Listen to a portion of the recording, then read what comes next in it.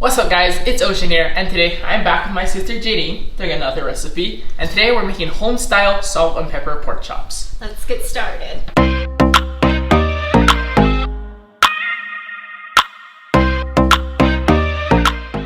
Here's a list of ingredients that you're gonna need for this recipe. In this week's Pā'ina bag, we had 4 pounds of pork chops from Pā'ina Foods. And the way I usually like to make my pork chops is just to salt, pepper them, put them in a pan, fry them up, and then pair them with some mushroom gravy. But today, you're gonna be showing me something different, and I can see we're gonna be deep frying them.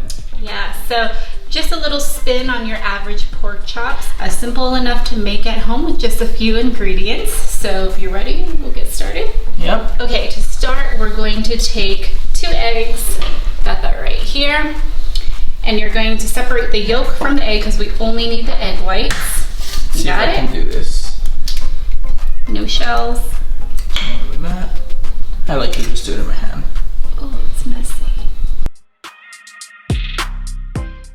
So once you have your 2 egg whites in there, we'll go ahead and take about half a teaspoon of salt.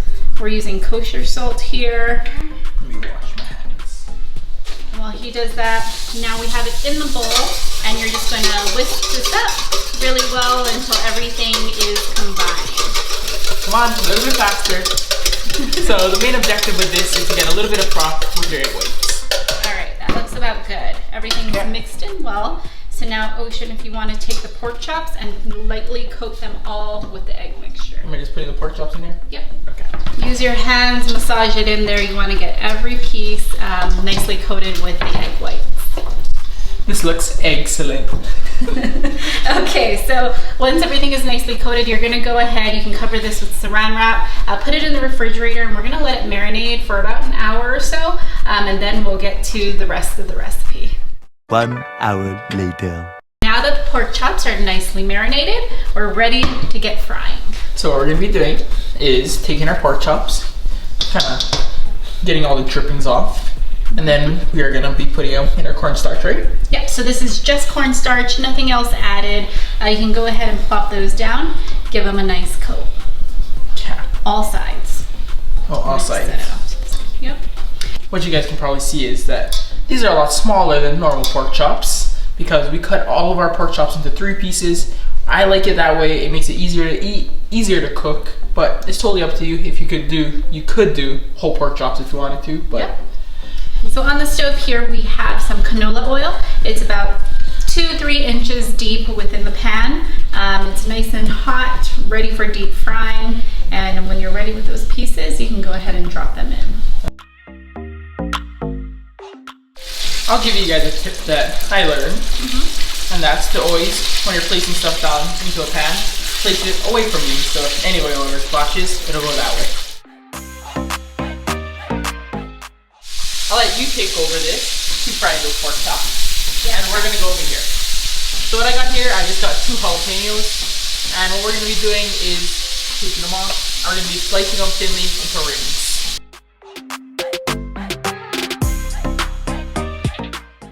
So now I'm gonna set these on the side, and let's go back over here. How are our pork chops looking? They're doing really good. It's been about 4 minutes or so, so I'm giving them all a nice flip. You can tell they're starting to turn golden on one side, and we'll let this go maybe another 4 minutes or so. Looks good. A few moments later. So our pork chops are looking nice and golden. The internal temperature should be about 165. That is how you know it's going to be fully cooked through. So we're going to be putting it on a baker's rack because I find when you put it on here, it lets all the oil drip off. And then it keeps it nice and crispy because when you put it on a paper towel or other things like that, the bottom side will get trapped in with the moisture and it'll make it so it's not crispy anymore. I think you can go ahead and start that fire for the rest of the ingredients. Sounds good. There we go.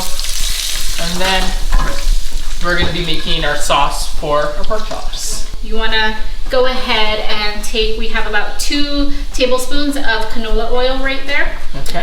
What he's going to do is when the pan is nice and hot, he's going to add the oil right in. We're going to be adding in our garlic. So this is about 4 cloves of minced garlic.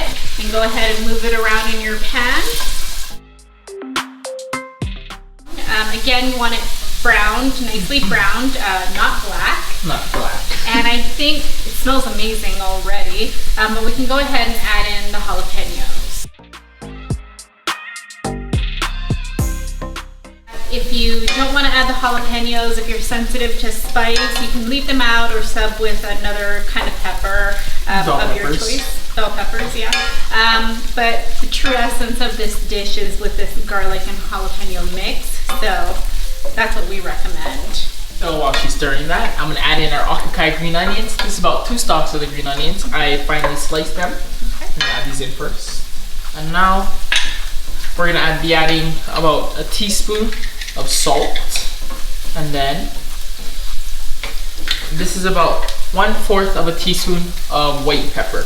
With this, I do give the measurements, but it's really always to taste. Whatever you want, if it's a little more salty or you want a little more pepper, it's whatever your preference is. Yeah, and we added the white pepper today, but keep in mind that you can always use black pepper also. It'll work just as well with this dish. So this looks like it's nicely browned. Everything's cooked through. You can smell that, huh? Yep. Smells good. So the last part to finish off this dish, we're gonna take those pork chops here.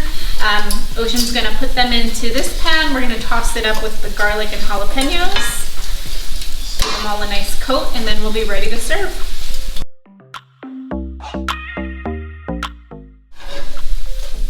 Whoa. Such a show off. Oh! You botchy! That looks nicely coated. Turn the fire off. Ready to serve.